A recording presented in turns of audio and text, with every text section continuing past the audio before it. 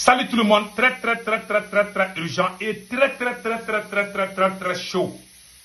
À la frontière entre le Mali et l'Algérie, aujourd'hui, samedi 18 janvier 2025. Voilà ce qu'on vient d'apprendre à la frontière entre le Mali et l'Algérie. Un citoyen espagnol vient d'être enlevé dans le sud de l'Algérie et transféré au Mali. Je répète encore, un citoyen espagnol vient d'être enlevé dans le sud de l'Algérie, plus particulièrement à Tamaracet, et transféré au Mali. Ça, c'est la première information aujourd'hui. Vous savez très bien, surtout qu'il y a la tension entre le Mali et l'Algérie. Un citoyen espagnol se trouvant en Algérie, les terroristes l'ont kidnappé et puis ils ont fui pour l'amener au Mali. Je connais ce qui se passe, je sais ce qu'ils sont en train de fabriquer, mais après je vais vous donner des explications. La deuxième nouvelle aujourd'hui est une bonne nouvelle. Le Mali vient d'inaugurer un camp militaire à Bougouni. Le ministre de la Défense, le général Sadio Kamara, mes respects, était à Bougouni. Après on va vous montrer les images. Voilà les deux nouvelles d'aujourd'hui. Voilà. En ce qui concerne la frontière entre le Mali et l'Algérie, moi je conseille les autorités maliennes d'envoyer les militaires là-bas, de bien surveiller là-bas, les radars là, il faut les envoyer là-bas. Voilà, c'est écrit ici. Un citoyen espagnol enlevé dans le sud de l'Algérie et transféré au Mali. L'information fait tour des confrères européens. Un citoyen espagnol a été enlevé dans le sud de l'Algérie, conduit sur le sol malien. Ce kidnapping situe les médias occidentaux a eu lieu mardi 14 janvier 2024 dans la zone de Tamaracet, dans le sud de l'Algérie.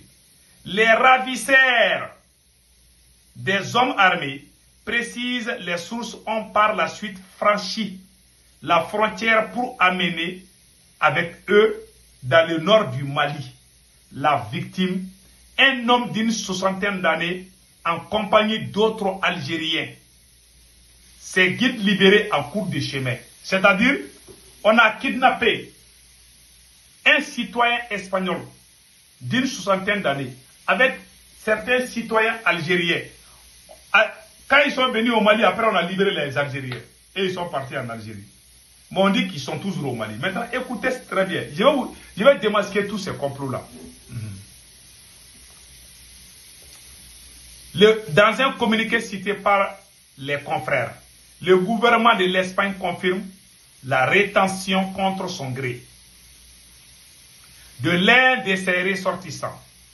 Mais jusqu'au moment où nous mettions sous presse, la piste de l'enlèvement explorée n'a pas encore été revendiquée par aucun mouvement islamique ou djihadiste dans cette zone contrôlée par les terreaux.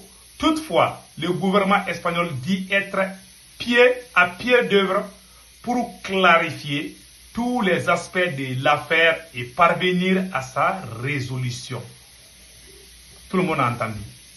On vient de kidnapper un citoyen espagnol dans les zones de l'Algérie.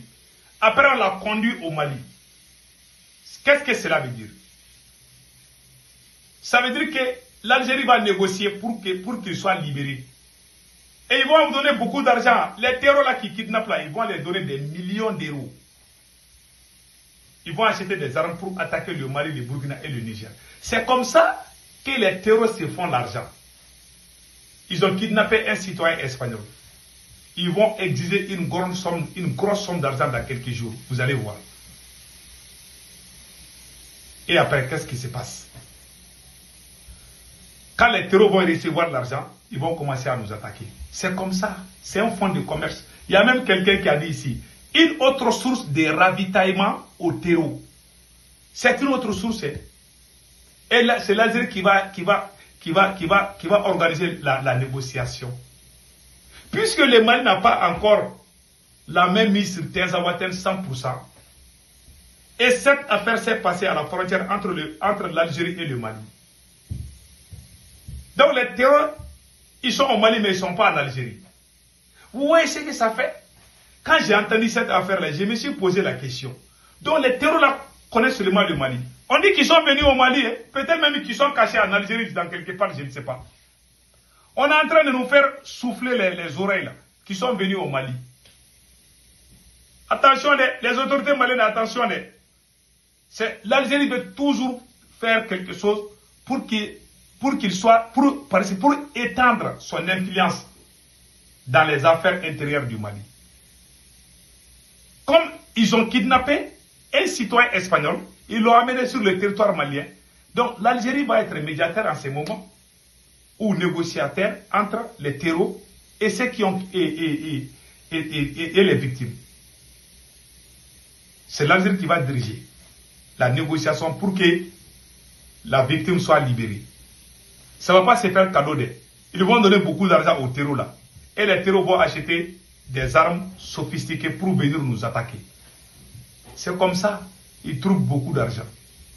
C'est à travers les négociations. Quand ils kidnappent quelqu'un là, au moment des négociations, ils trouvent de l'argent comme ça. Les terroristes se font des milliards comme ça. Hein. Ouais, comment ils sont en train de préparer les complots contre le Mali. Donc moi, je conseille les autorités maliennes. Cette affaire de kidnapping là, ça ne sonne pas bien dans mes oreilles. C'est un autre complot. Surtout nous, on vient de quitter la CEDEAO. Moi, je ne fais pas confiance à l'Algérie. Ah, les terroristes vont kidnapper quelqu'un et puis ils vont l'amener au Mali. Depuis l'Algérie, hein, cette frontière-là, il faut bien surveiller. Les radars, les drones doivent être en alerte maximum. Voilà. Donc, c'était ça que je voulais dire par rapport à ça. La deuxième nouvelle aujourd'hui, le Mali vient d'inaugurer un grand camp militaire à Bougouni. Donc, voilà, c'est écrit ici. Je vous montre les images, après vous allez comprendre. La caserne de Bougouni est composée de postes de commandement, de zones de vie, de magasins d'armes, de hangars pour les blindés, de réseaux d'adduction d'eau, d'éclairage public et des systèmes de sécurité très avancés. Ce camp abritera prioritairement le 82e régiment blindé, dont l'implantation permettra de rayonner dans le cadre de la terre, Bani Monotier, Wassoulou, Djitoumou et le Banimo. C'est l'un des plus grands camps militaires. Ah, c'est un grand camp militaire depuis Bougouni, à 200 combien de kilomètres de Bamako. Je vais dire ça, j'ai tout résumé ici. Là. Voilà. Le camp militaire est aussi la matérialisation d'un ardent exprimé par la population bougouni. Une terre chargée d'histoire et stratégie par sa position géographique. Le choix de Bougouni n'est donc pas fortuit. 11e région administrative du Mali, Bougouni est située à 170 km au sud-est de la capitale malienne et 210 km à l'ouest de Sigassou. La région fait frontière avec deux pays voisins, la Côte d'Ivoire et la Guinée. Voilà. Bougouni fait frontière avec la Côte d'Ivoire et la Guinée. Voilà. C'est également une région hautement stratégique en raison des ressources qu'elle égorge. Général Sadio Kamara. Ça, c'est le discours du général. C'est ce que le général Sadio Kamara a dit, le ministre de la Défense. Voilà. Il dit que c'est un endroit stratégique. On doit tout faire vraiment pour que ça soit un succès pour tout le monde. Donc, voilà, entre autres, les nouvelles qu'on vient de recevoir aujourd'hui. En tout cas, les cas Bougouni là, on a reçu aussi des nouveaux matériels militaires. Depuis hier, on vous avait expliqué ça. Donc, on est très content. Il n'y a rien qu'on peut ajouter dans ça. Et on est très fiers d'apprendre vraiment qu'il y a un autre camp militaire vraiment qui va nous aider. Surtout dans la lutte contre ces terreaux-là. Ce n'est pas facile. Hein? Donc, moi, ce que je vais dire, je vous dis, restons très soudés. Et Inch'Allah, le Mali va gagner ce combat. Le Burkina va gagner ce combat. Le Niger va gagner ce combat. Et c'est la victoire de l'AES. Surtout, on doit sortir de la CEDEAO. Attention, on est à combien? Aujourd'hui, c'est le 18. Dans 11 jours, on va quitter la CEDEAO définitivement. Le Mali, le Burkina et le Niger. Donc, vraiment, on est très content de vous annoncer ça. Et vraiment, que Dieu bénisse l'AES. Passez excellent week-end. Ciao, ciao.